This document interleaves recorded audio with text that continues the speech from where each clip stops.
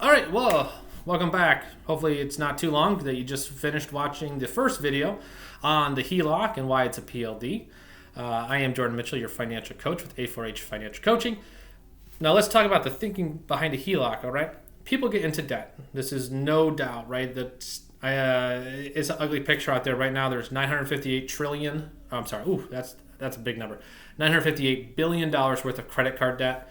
Something like $1.5 trillion worth of student loan debt, and $11 trillion worth of house debt. Okay, and we have Congress who knows what number they're up to, what trillion. It's bad.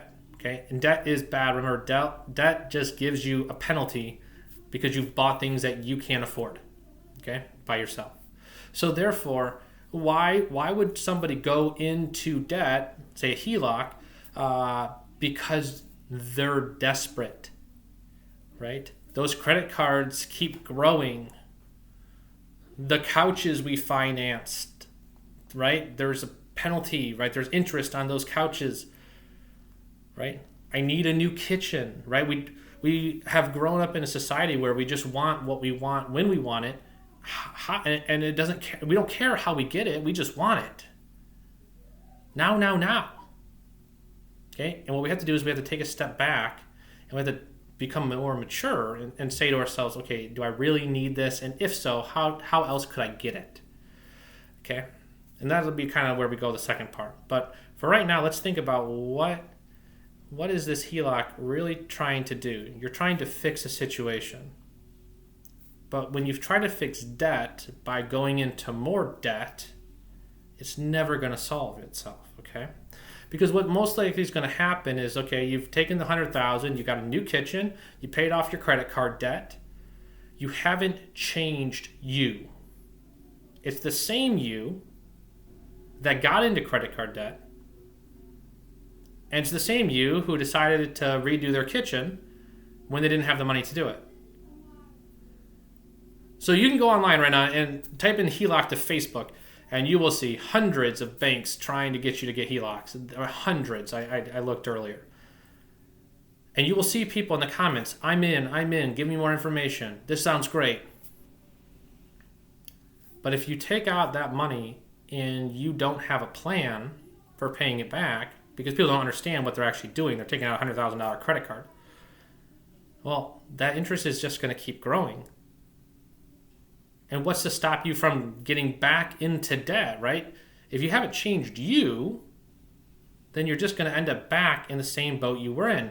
But the difference is now you can't take out another HELOC or a HELoan, right? There's a difference, or a second mortgage. You can't take more out because you've already used it.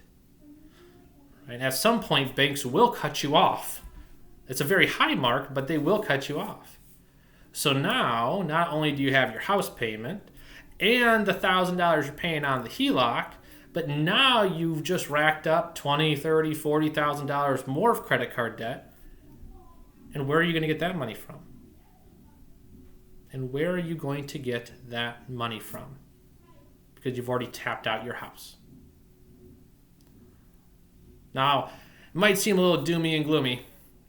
And with the PLDs, maybe after we're done with the 5 PLDs, maybe we'll do some fun ones that are a little bit more joyful to talk about. But I want to give you hope, right? That's my main mission, is to inject hope into finances. So let's say I do have a lot of equity in my house. 3 things that I can do with it. Number 1, don't touch it. You just keep living in your house. It's a security, right? If all of a sudden, something goes crazy wrong and you need $100,000 or $200,000, you can sell your house. What? But I love this house and I don't want to move. Well, of course you don't want to move. You love this house and you have great equity in it. But if you sell your house, then you can gain that equity in cash. And then you can use it to pay for the things that you need to pay without a penalty.